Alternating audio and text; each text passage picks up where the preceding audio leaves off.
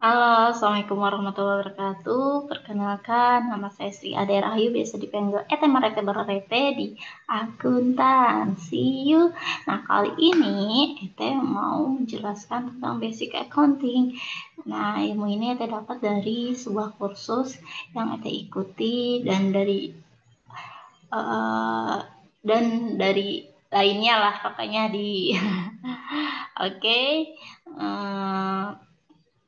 Kita izin share screen ya. Oke, Oke, kita akan membahas tentang kali ini kita akan membahas tentang basic accounting ya.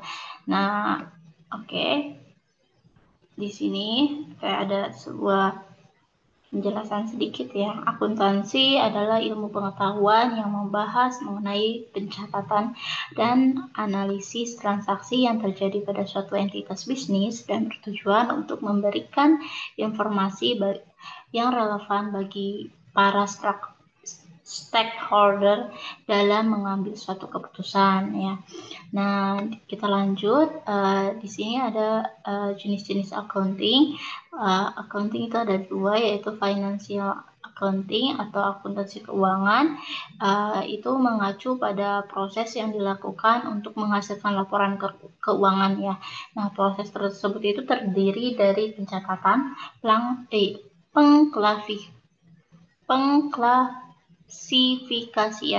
pengklasifikasian, nah, dan peringkasan informasi keuangan perusahaan. Yang kedua itu ada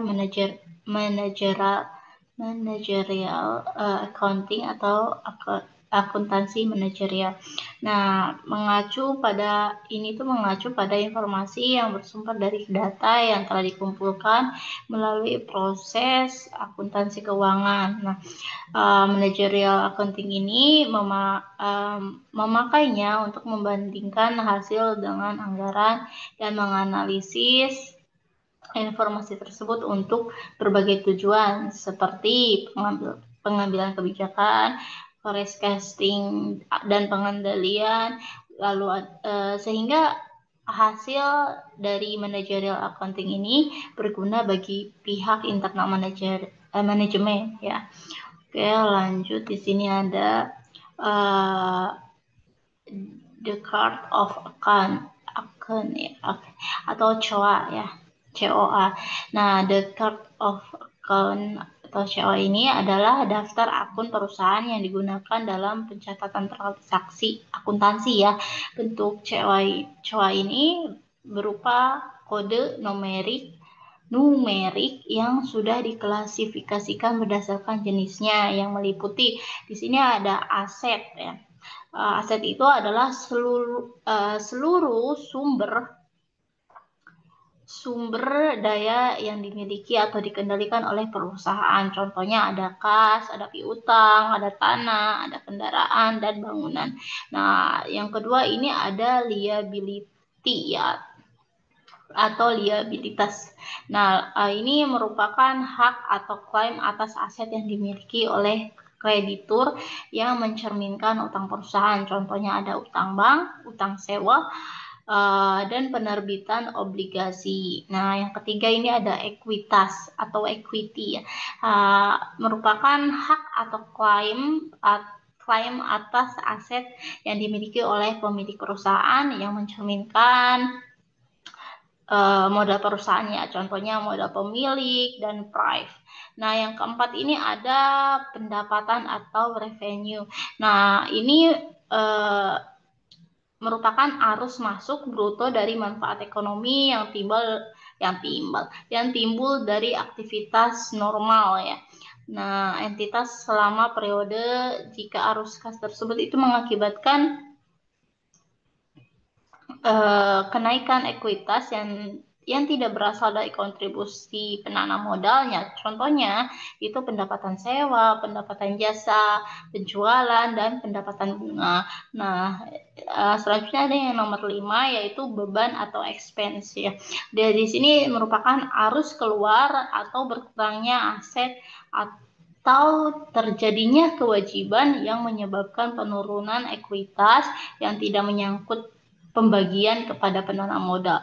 Nah, contohnya yaitu beban sewa, beban perlengkapan, dan beban gaji. Nah, yang keenam ini ada harga pokok ya, harga pokok atau cost of goods sold ya, sold. Ini merupakan jumlah biaya untuk membuat atau memproduksi barang dan jasa ya. Nah, selanjutnya ini ada debit kredit konsep ya. Debit kredit dalam akuntansi itu menunjukkan posisi dalam pencatatan transaksi.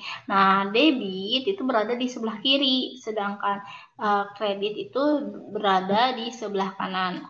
Nah, konsep ini itu berhubungan dengan saldo normal ya. Adalah sisi di mana akun bertambah sesuai dengan saldo normal masing-masing akun. Nah, berikut setelah ini ada tabelnya, tabel nomor akun dan saldo normal akun dalam pencatatan laporan keuangan. Di sini ada untuk nama akun untuk aktiva lancar yang terdiri dari ada kas, piutang, cadangan kerugian piutang, perlengkapan, persediaan barang, beban dibayar di muka, itu saldo normal akunnya ini ada beda-beda ya. Untuk kas itu saldo normal akunnya di debit.